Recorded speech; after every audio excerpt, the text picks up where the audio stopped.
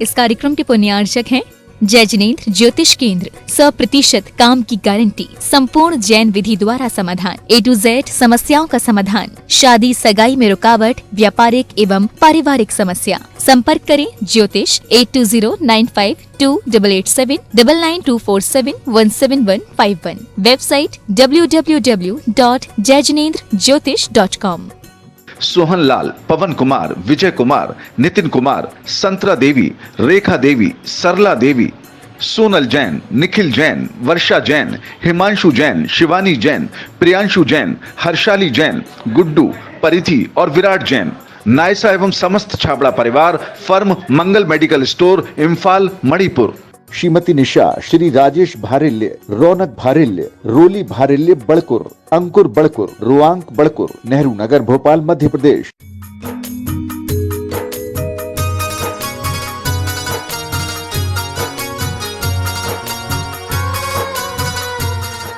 जय बोलो देवादिदेव 1008 श्री भगवान महावीर स्वामी की जय जय जय। अहिंसा परमो धर्म की जय जय जय। परम पूज आचार्य गुरुवर श्री विद्यासागर जी महाराज की जय जय जय जय। बोलिए परम पूज मुनिवर श्री प्रमाण सागर जी महाराज की जय जय जय। मुनि संघ की जय जय जय। कक्ष में जलते हुए दीपक ने वहाँ प्रकाशित पदार्थों को के लिए बड़े रुआब से कहा, अगर मैं न रहूं तो तुम दिखोगे भी नहीं। कक्ष में जलते हुए दीपक ने अपने प्रकाश से प्रकाशित चीज़ों से कहा, यदि मैं न रहूं तो तुम दिखोगे भी नहीं, तुम्हारा वजूद मेरी वजह से है। सब चीज़ों ने एक साथ मिलकर कहा, ठीक कहते हो भाई, पर हमारा भाई अगर आ गया तो शायद तुम्हारा वजूद ही न बचे। हमारा भाई अगर आ गया तो शायद तुम्हारा वजूद ही न बचे।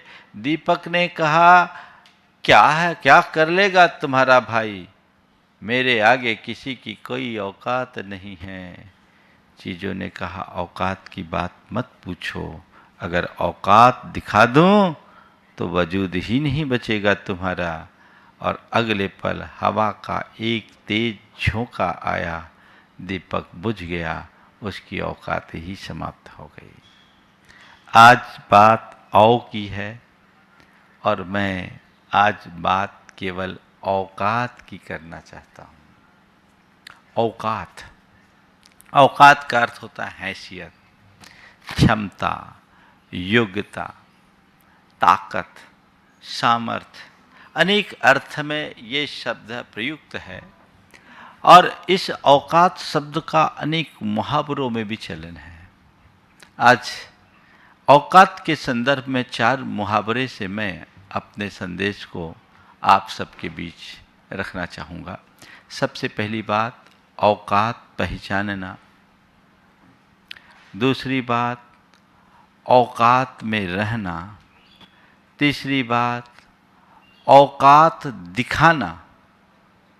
और चौथी बात, औकात से बाहर आना या औकात भूल जाना। सबसे पहली बात, मनुष्य को अपनी औकात पहचाननी चाहिए।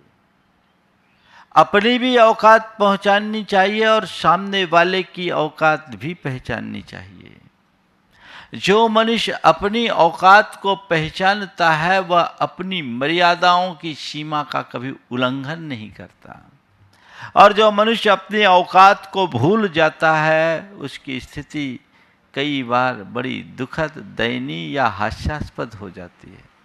हर व्यक्ति को अपनी औकात पहचान करके रहना चाहिए और सामने वाले को कभी कम तरह नहीं आंकना चाहिए, उसकी भी औकात समझनी चाहिए। जो अपनी और औरों की औकात पहचानता है उसके जीवन में कभी विनम्रता, उसके जीवन में कभी अभिमान प्रकट नहीं होता, उसका व्यवहार अत्यंत विनम्र, सौम्य और शालीन होता है, वो खुद की इज्जत करता है, औरों को इज्जत देता है और औरों से इज्जत पाता है। संत कहते इज्जत करोगे तो इज्जत पाओगे, औकात दिखाओगे तो फिर पछताओगे। कद्र करने वाले के लिए ही कद्र मिलती है, और औरों की कद्र वही कर सकता है जो उनकी औकात को पहचानता है और खुद की औकात को पहचानता है, समझता है कि मेरी हैसियत क्या है, मैं दुनिया में कितना भी आगे क्यों ना बढ़ जाऊं, मुझे मेरी औकात का पता होना चाहिए। दुनिया में कितने भी आगे क्यों ना बढ़ जाऊं, मुझे मेरी औकात का पता होना चाहिए। और जो ये समझते हैं वे सफलता के चरम पर पहुंच जाने के बाद भी, समृद्धि के शिखर पर बैठ जाने के बाद भी विनम्रता की मूर्ति होते हैं। मैंने एक व्यक्ति के विषय में पढ़ा जो अमेरिका के बहुत बड़े लेखक थे। एक पत्र समूह की एक पत्रकार उनसे इंटरव्यू लेने के लिए गई, नाम तो मैं भूल रहा हूं। इंटरव्यू लेने के लिए गई, देखा बहुत बड़ा उनका ऑफिस, घर, बहुत बड़ा विस्तार। पर वो व्यक्ति, उसका जो ऑफिस था वो छोटा सा चेंबर, एकदम साधारण सा। उसे देखकर बड़ा आश्चर्य हुआ। जिस व्यक्ति के लिए अपॉइंटमेंट लेने के लिए लोग तरसते हैं, वो व्यक्ति का जितना बड़ा ऑफिस और खुद के लिए इतना छोटा सा चेंबर, आखिर मामला क्या है? मामला क्या है? उसने कहा कि मैं देख रहा हूं कि आपके यहाँ के नौकर चाकर भी आपसे ज़्यादा अच्छी स्थिति में हैं, उन सब के स्थान बहुत अच्छे हैं, लेकिन आपने अपने लिए इस छोटी सी जगह को क्यों रख छोड़ा है? उस व्यक्ति ने जो बात कही वो बहुत ध्यान देने योग्य है। उसने कहा, इसलिए क्योंकि मैं अपनी औकात को पहचानता हूँ। ऐसा इसलिए क्योंकि मैं अपने औकात को पहचानता हूं। सामने वाले को बड़ा आश्चर्य हुआ कि आखिर ऐसी क्या बात है। तो उसने कहा कि आज मैं यहाँ हूँ यह आप सबको दिखता है, पर इसके पीछे की कहानी आपको शायद पता नहीं होगा। मेरी माँ लोगों के घर में चौका बर्तन किया करती थी, मेरी बस वही औकात है। आज मैं कितने भी आगे क्यों ना बढ़ जाऊँ, मैं समझता हूँ मुझे अपनी औकात को हमेशा याद रखना चाहिए, उसे भूलना नहीं चाहिए, और यही समझ मेरे जीवन को आगे बढ़ाती है। आज हम जहाँ हैं अपने सहयोगियों के दम पर हैं, सब लोग मेरे साथ हैं, वे सब सुविधा भोगे। जब मैं उस दौर से गुजर चुका हूं तो आज भी जी सकता हूं। ये एक दृष्टि। अपनी औकात पहचानो। मेरी क्या औकात है, अपनी असलियत को समझो। इसे बहुत व्यापक संदर्भ में समझने की जरूरत है। पहली बात कि तुम कितने भी सक्षम क्यों ना हो जाओ, अपनी शुरुआत कहां से थी उसे कभी भूलना मत। मेरे संपर्क में एक सज्जन है, आज बहुत बड़े उद्यमी के रूप में प्रतिष्ठित है। उनके बारे में उनके बेटे ने बताया कि महाराज जी, पापा आज भी रोज अपने कमरे में जाते हैं और अपनी एक पेटी खोलते हैं और उसे प्रणाम करते हैं। मैंने पूछा उस पेटी में क्या है? तो उसने कहा उस पेटी में पापा का फटा कुर्ता और पुराना पैजामा है। मैंने पूछा क्या है? तो उसके पिता ने बोला, महाराज जी ये मेरी औकात है। मैंने अपने कैरियर की शुरुआत यहां से की। जब मेरे पास कुछ साधन नहीं था, मैंने ड्राइवरी से अपनी कैरियर की शुरुआत की। आज यहां सब कुछ है। मैं रोज इसे देखता हूं, मैं सोचता हूं भगवान के दर्शन करूं या ना करूं, अपने औकात को पहचानते रहूं तो मेरे मन में कभी अभिमान नहीं आएगा। मैंने उसे देखा और समझता हूं, इसलिए मैं रोज एक बार देखता हूं और अपने बच्चों से भी कहता हूं, बेटे कभी विचलित मत होना, औकात को ध्यान में रख करके चलना। जो अपनी औकात को पहचानता है वो कभी अभिमान नहीं करता और कभी किसी का अपमान नहीं करता। अपनी औकात को पहचानोगे अभिमान नहीं होगा, औरों की औकात को पहचानोगे अपमान नहीं होगा। कद्र करना सीख जाओगे। अभिमान और अपमान ये दोनों हमारे जीवन के लिए घोर विसंगति उत्पन्न करती है। यहां हमें बहुत गंभीरता के साथ सोचने की जरूरत है। हम क्या कर रहे हैं? कभी किसी की औकात को पहचाना, आपने अपनी औकात को पहचाना। जो व्यक्ति अपनी या औरों की औकात पहचानता है वो अपना अभिमान नहीं करता, औरों को कमतर नहीं आंकता, उसे उसी दृष्टि से देखता है। कभी किसी को कमतर मत आंकना। आज जो तुमसे पीछे है कल तुमसे आगे भी हो सकता है। ऐसे बहुत सारे किस्से हैं जब लोगों ने औरों के लिए उसको कुछ गिना नहीं, उसकी औकात को नहीं पहचाना और लोगों ने खड़े खड़े सारी बात कर ली, है ना। आप सबको पता है कि अलवर के नवाब या वहाँ के जो जागीर राजा थे वो अमेरिका गए। हमने उनके बारे में सुना। अमेरिका गए तो लोगों ने सोचा साधारण सा आदमी होगा, इसकी क्या औकात, इसकी क्या विशाल। रॉयल कार पे जाने की बात आई, लोगों ने उन्हें कमतर आंका। उन्होंने कहा एक काम करो, कंपनी में जितनी कार है सब मेरे पास भेज दो, इतनी क्षमता मैं अपने पास रखता हूं कि उन सबका निर्वाह कर सकूं। किसी व्यक्ति को हम साधारण समझ करके उसका अवमूल्यन करते हैं तो ये हमारी पहचान की कहीं ना कहीं कमी मानी जाती है।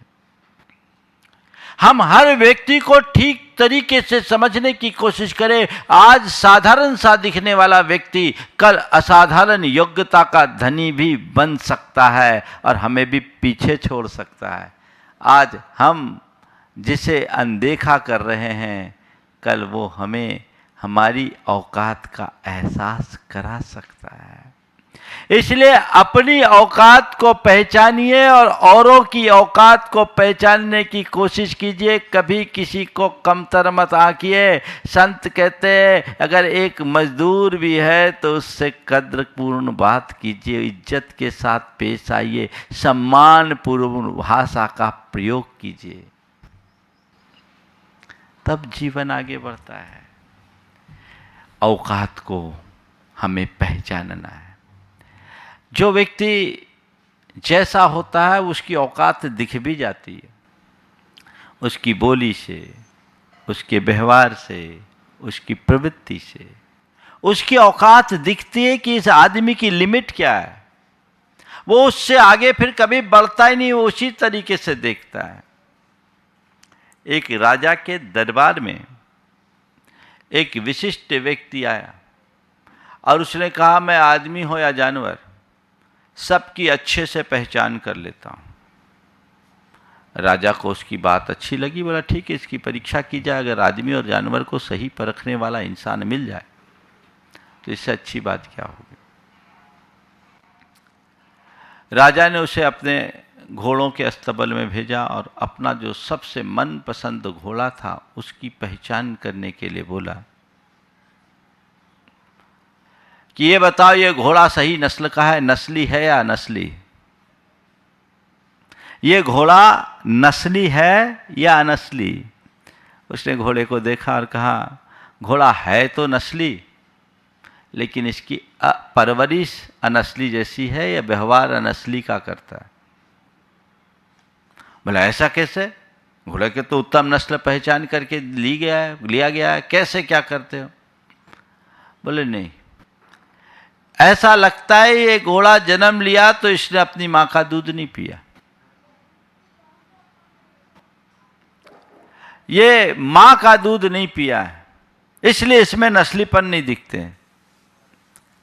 पूछा गया भैया घोड़े की हकीकत क्या है, तो बताया कि इस घोड़े की मां मर गई थी, इसे गाय का दूध पिलाया गया और गाय के दूध से ये घोड़ा बड़ा हुआ।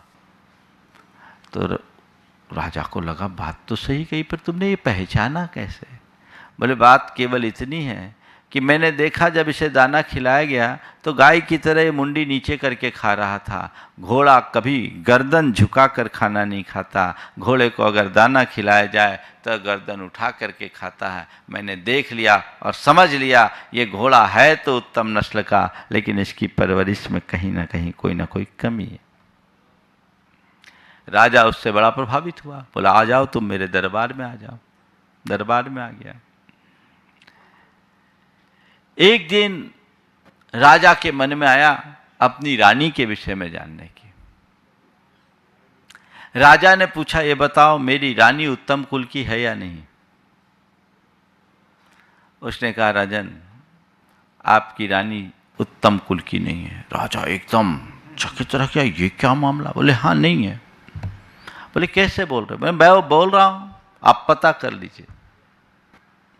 रानी उत्तम कुल की नहीं है, आप पता कर लीजिए। राजा ने जाकर के रानी की माँ से पूछा, जो एक राजघराने की थी, वह भी राजमाता थी। पूछवाया मामला क्या है। बोले बात ऐसी है कि हमारी बेटी के जन्म के तत्काल बाद जन्म से पूर्व ही तय हो गया था, अगर बेटी होगी तो तुम्हारे पिता के होने वाले बेटे से इसका संबंध होगा। तुम्हारा विवाह तुम्हारे दोनों के जन्म से पहले ही तय हो गया था। अब क्या करे, मैंने बेटी को जन्म दिया, लेकिन जन्म देने के कुछ दिन बाद वो मर गई। तो मर जाने के कारण हमने सोचा अपना रिश्ता तो बना करके रखना है, तो हमने अपने ही खानदान के किसी दूसरे व्यक्ति के बेटी को ले लिया और वो बेटी का पालन पोषण किया, जिससे आज तुम्हारा विवाह हुआ है। आज तक हमने इस बात को छिपा के रखा। राजा को सुनकर बड़ा आश्चर्य हुआ। राजा ने कहा बात तो तुमने सही की, पर तुमने इसे जाना कैसे। बोला इसलिए जाना क्योंकि आपकी रानी साहबा खानदानी नहीं है। वो अपने नौकरों के साथ और छोटे लोगों के साथ में जिस तरह का व्यवहार करती है वो एक खानदानी राजघराने के व्यक्ति का नहीं होता। इसलिए मैंने उसे देखकर उसे पहचान लिया। ठीक है, राजा बड़ा प्रभावित हुआ। अब एक बार राजा के मन में खुद के विषय में जानने की बात, भैया मेरे विषय में बता दो। तो कहा भाई राजन अगर आप मुझे अभय दान दो, मेरी सलामती सुनिश्चित करो तो मैं बोलूं, नहीं तो यहां अपना दिमाग नहीं लगाऊं। बोले सलामती सुनिश्चित है, मेरे बारे में बताओ। राजा ने जब पहली बार पुरस्कृत हुआ, प्रसन्न हुआ, तो उसको भेड़ें दी। दूसरी बात में जब प्रसन्न हुआ तो भेड़ों के साथ साथ उसे बकरियां दी और थोड़ी खेती दी। अब राजा से जब बात किया गया कि मेरे बारे में बताओ, तो उसने कहा महाराज क्या बताऊं, आप अपनी बाप की औलाद नहीं हो। आप अपने बाप की औलाद नहीं हो। और ये क्या बोल रहे हो। राजा एकदम तमा गया, पर वचनबद्ध था। क्या करे, अब ये बोल रहा है, इसका पता लगाया जाए। पता कैसे लगाएं। अपनी मां के पास पहुंचा, बताओ इसका रहस्य क्या है। बोले बेटे बात ऐसी कि हम लोग निसंतान थे, हमारी कोई संतान नहीं थी। बहुत प्रयास किया तो कोई संतान नहीं मिला, तो हमने एक चरवाहे के बेटे को गोद ले लिया था और वही तुम हो, तुम्हें पाल पोस के राजा बनाया। राजा को सुनकर के बड़ा आश्चर्य हुआ कि इसने जाना कैसे।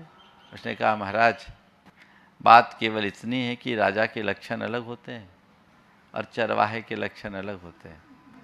आपने पहली बार जब मेरी बात से प्रसन्न होकर मुझे इनाम दिया तो भेड़ों को दिया, बकरियों को दिया। राजा भेड़ बकरी किसी को इनाम में नहीं देता, राजा तो सोने की मोहरे और असरफियाँ देता है। तो आपने भेड़ बकरियाँ दी क्योंकि आप चरवाहे थे और आपके लिए चरवाहों का ही मूल्य था, भेड़ बकरियों का ही मूल्य था। दूसरी बार में भी आपने मुझे खेत दी, यानी उन चरवाहों को चराने के लिए जो जगह चाहिए वो दी। अगर आप सच्चे में राजघराने के होते तो आप मुझे अपार संपत्ति का धनी बना सकते हैं। तो उसने कहा कि व्यक्ति की प्रवृत्ति से उसके औकात को पहचाना जा सकता है। अपनी औकात पहचानो, औरों की औकात पहचानो, नंबर 1। नंबर 2, औकात में रहो, औकात से बाहर मत आओ। अपनी सीमा में रहना सीखना चाहिए। जो मनुष्य अपनी सीमा में रहने का अभ्यासी होता है उसके सामने कभी किसी प्रकार की संकट नहीं आते, और जो मनुष्य अपने औकात से बाहर आ जाता है उस मनुष्य के जीवन में कभी सलामती नहीं होती। औकात से बाहर कभी मत हो, अपने औकात में रहो। आजकल लोग औकात से बाहर जाते हैं, है ना, औकात से बाहर जाते हैं, और जो औकात से बाहर जाते हैं उनका हाल बड़ा बुरा होता है। किसी ने कहा अगर मनुष्य की परछाई उसके कद से बड़ी और बातें औकात से बड़ी होने लगे तो समझना सूरज डूबने वाला है। परछाई कद से बड़ी और बातें औकात से बड़ी होने लगे तो समझना सूरज डूबने वाला है। से बाहर बढ़कर कभी काम मत करो, अपनी सीमा में रहो, औकात में रहो। आजकल हर कोई औकात से बाहर रहने के अभ्यासी है। क्षमता कुछ, हस्ती कुछ, हैसियत कुछ, पर करना कुछ। बड़ा भयानक है। देखिए कहाँ कहाँ व्यक्ति औकात से बाहर आता है तो क्या क्या स्थितियां होती है। सबसे पहली बात, औकात से बाहर खर्च। आजकल ज्यादातर लोग ऐसा करते हैं, कमाई चवन्नी है, खर्चा अठन्नी। औकात से बाहर जो लोग खर्च कर लेते हैं वो व्यक्ति अपने लिए ढेर सारे संकटों को आमंत्रित कर लेते हैं। तुम्हारी जितनी कमाई है, तुम्हारी जितनी क्षमता है, तुम्हारी जैसी हैसियत है, तुम्हें काम भी उसी अनुरूप करना चाहिए, खर्च भी उसी अनुरूप करना चाहिए। पर लोग एक दूसरे से अपने आप को बेहतर दिखाने की कोशिश में कई बार इस तरह का काम कर लेते हैं, और बाद में जब कर्ज के बोझ में लद जाते हैं तब लगता है अरे क्या बताएं भैया, औकात से बाहर खर्चा कर दिया, अब सोचना पड़ रहा है, तो मुंह छिपाते घूमते हैं। फिर लोगों के सब लोगों को उनकी औकात दिखने लगती है। पहले तो खूब प्रदर्शन किया, आडंबर किया, दिखावा किया, अपनी बड़वारी भी पाली, और बाद में जब भेद खुलता है तो किसी को मुंह दिखाने लायक नहीं रहते, सबसे मुंह छिपाते हुए चलते हैं। ऐसा काम क्यों करो? जितनी औकात उतना ही खर्च। कहावत है, आमद कम और खर्चा ज्यादा लक्षण है मिट जाने का, और कुबत कम और गुस्सा ज्यादा लक्षण है पिट जाने का। मनुष्य को मितव्ययी होना चाहिए, सदव्ययी होना चाहिए, कभी भी फिजूल खर्च नहीं करना चाहिए, और औकात से बाहर तो कभी खर्च करना ही नहीं चाहिए। उतना ही खर्च करो जितनी तुम्हारी ताकत है। दूसरों के साथ हो मत करो, दूसरों की देखा देखी ना करो। अगर कोई 1000 खर्च करने की क्षमता रखता वो करे, पर मेरे पास 10 रुपया ही खर्च करने की ताकत है तो मुझे 10 रुपया खर्च करके ही अपना काम आगे बढ़ाना है। औकात में रहकर जीने वाला व्यक्ति अल्प साधन के बाद भी प्रतिष्ठा पा लेता है, और औकात से बाहर रहने वाला मनुष्य अपनी सारी प्रतिष्ठा को धूल में मिला देता है। हमेशा इस बात को ध्यान में रखो, मुझे अपनी औकात में रहना है, औकात से बाहर कभी नहीं जाना है। 4 बातें औकात से बाहर की बात है। औकात से बाहर खर्च, औकात से बाहर काम, औकात से बाहर वचन, और औकात से बाहर कोई संकल्प। कुछ मत करो। औकात से बाहर खर्च नहीं करो, गांठ बांध करके रख लो। मुझे पूरे समय में, अपने तय समय में पूरी बात करनी, इसलिए मैं बात आगे बढ़ा रहा हूँ। संकेतों में आप समझिए, औकात से बाहर खर्च करने का बड़ा नुकसान होता है। कई बार लोग शादी विवाहों में, पार्टियों के नाम पर, अपने पहरावे के नाम पर, खाने पीने में उल्टे सीधे खर्च करने लगते हैं और बड़े कर्ज के बोझ में दब जाते हैं। वो कहीं के नहीं रहते। हमेशा एक सिद्धांत बनाइए, मेरी जितनी औकात मुझे उतना ही खर्च करना है। और बच्चों को भी अपनी माँ बाप की हैसियत को देख करके ही आगे बढ़ने की बात सोचनी चाहिए। मुझे अपनी औकात से बाहर कभी नहीं जाना। औकात से बाहर काम, कई लोग हैं जो अपनी सेगी भली बघारते हैं, बड़ी बड़ी डींगे हाँकते हैं, और जो काम उनके बस का नहीं है वो काम भी अपने सिर पर ले लेते हैं, या जितनी क्षमता उनके पास नहीं है उससे बड़ा काम अपने सिर पर ले लेते हैं। बाद में उसी काम के वजन में दब जाते हैं, काम नहीं कर पाते। कभी भी कुछ भी हो, अपने औकात से बाहर काम मत करना। जितनी मेरी औकात मुझे उतना ही काम करना है, जैसी मेरी औकात मुझे वैसा ही काम करना है। एक राजा के दरबार में एक बहुरूपिया कुछ सहयोग के लिए पहुंचा। राजा ने कहा, अगर तुम्हें सहयोग करने की दूसरों के आश्रित क्यों, तुम कलाकार हो, अपना कुछ रूप दिखाओ, तुम्हें इनाम मिलेगा। तुम किसी के आगे सहयोग के लिए आ रहे हो, तुम्हारे लिए शर्म नहीं आती? बात बहुरूपिये को लग गई। बहुरूपिये ने एक दिन एक सन्यासी का रूप बनाया, साधु का रूप बनाया, और नगर के बाहर जाकर ध्यान में मग्न हो गया। सब लोगों को सूचना मिली, लोग वहां पहुंचे, दर्शक बहुत गए, और सब ने उनकी बहुत पूजा वंदना की, बहुत चढ़ावा किया, लेकिन उनकी तरफ उन्होंने देखा तक नहीं। राजा खुद गया और उनके पास जाकर 1000 मुद्राएं देने लगा। उन्होंने उसकी तरफ देखा भी नहीं। 1000 मुद्राएं देने लगा, पर उसने उसकी तरफ देखा भी नहीं। बाद में राज दरबार में आकर उसने कहा कि मैंने अपना काम कर दिया, आप अब अपना काम कीजिए, मुझे कुछ सहयोग दीजिए। राजा ने कहा, हद हो गई, अभी मैं तुझे 1000 मुद्रा दे रहा था तो तू उस समय लेने से इनकार कर दिया, लिया नहीं, उधर देखा भी नहीं, और आज तू मेरे पास 100 मुद्राओं के लिए आया है। बोले, हाँ राजन, उस समय मैं साधु की भूमिका में था, मुझे अपनी औकात का पता था। औकात से बाहर जाना मेरे लिए लज्जा का कारण था। वो मेरे पेशे की औकात थी, उससे बाहर मुझे नहीं आना था। अगर मैं साधु बना हूँ तो सच्चा साधु ही बनना चाहिए, उसमें ही मेरी हिफाजत है। मैं औकात से बाहर कोई काम नहीं करना चाहता, इसलिए यहाँ का काम तो यहीं होगा, वहाँ का काम तो वहीं। जो मनुष्य अपने औकात को पहचानते हैं वो औकात से बाहर कभी काम नहीं करते, और जो मनुष्य अपने औकात की अनदेखी करके औकात से बाहर काम कर देते हैं वो कहीं के नहीं रहते। कई लोगों के चित्त में बड़ा तनाव दिखता है। आजकल बहुत सारे लोग हैं इस तरह का काम कर बैठते हैं, गड़बड़ होता है। तो औकात से बाहर काम, चाहे घर गृहस्थी का काम हो, चाहे और कोई काम हो। औकात से बाहर व्यापार, लोग, बहुत सारे ऐसे लोग हैं जो औकात से बाहर व्यापार कर लेते। Over estimate business, over estimate business जो भी करेंगे तो क्या होगा। आजकल हम लोग देखते हैं रातों रात में पार्टियां फेल हो जाती है, लोगों के कर्ज ले लेकर के काम करते, एक टेक्निकल पेच फंसती, सब चीज़ रुक जाता है, करोड़ों के स्वामी भी सड़क पर आ जाते हैं।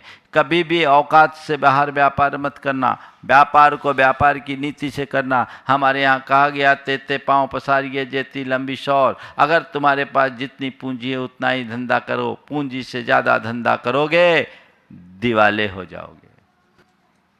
पूंजी से ज़्यादा धंधा करोगे दिवाले हो जाओगे। मारवाड़ी में कहावत है, ओछी पूंजी धनी न खाए। कम पूंजी व्यापारी को लील जाती है।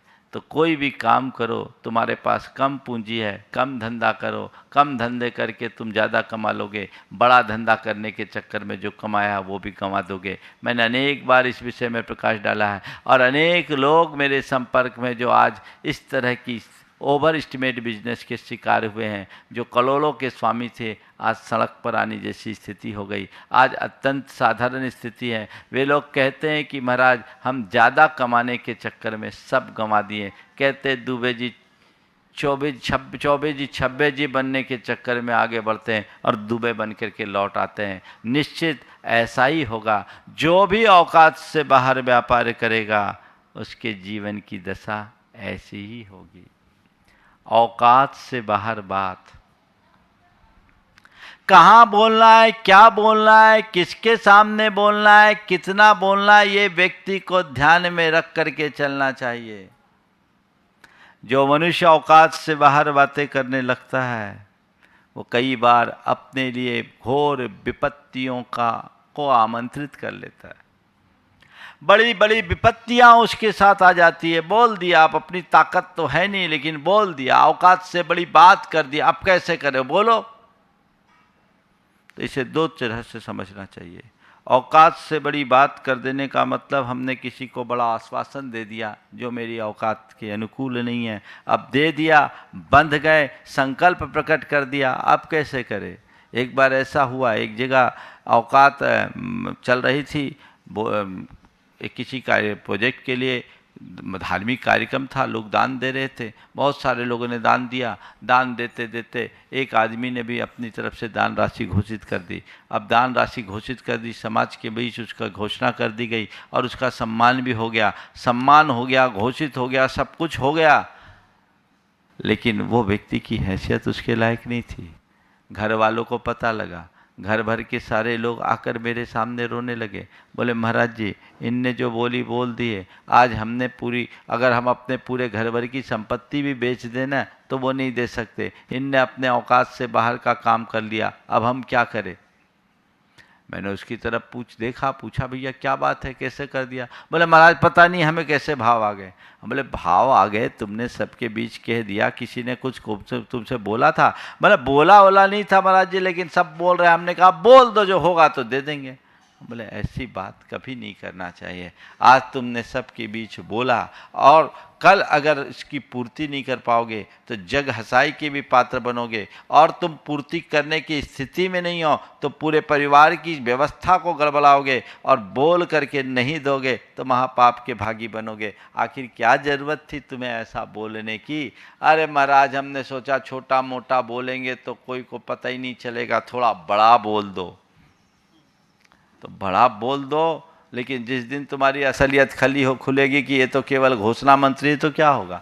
बहुत सारे ऐसे लोग हैं जो चाहे जहाँ बोल देते हैं और देने का कोई काम नहीं, उनका काम केवल बोलना है और उसके अलावा कुछ नहीं। व्यक्ति को औकात से ज़्यादा बातें नहीं करनी चाहिए, एक संदर्भ ये है। दूसरी बात, किस व्यक्ति के सामने मुझे क्या बोलना है।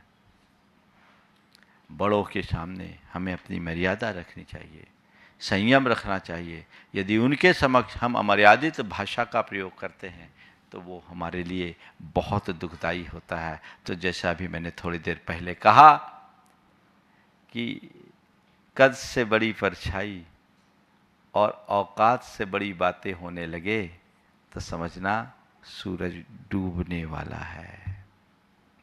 अपने सूरज को डूबने मत दो, अपनी औकात में रहो। किसी ने पूछा तुम कहाँ रहते हो,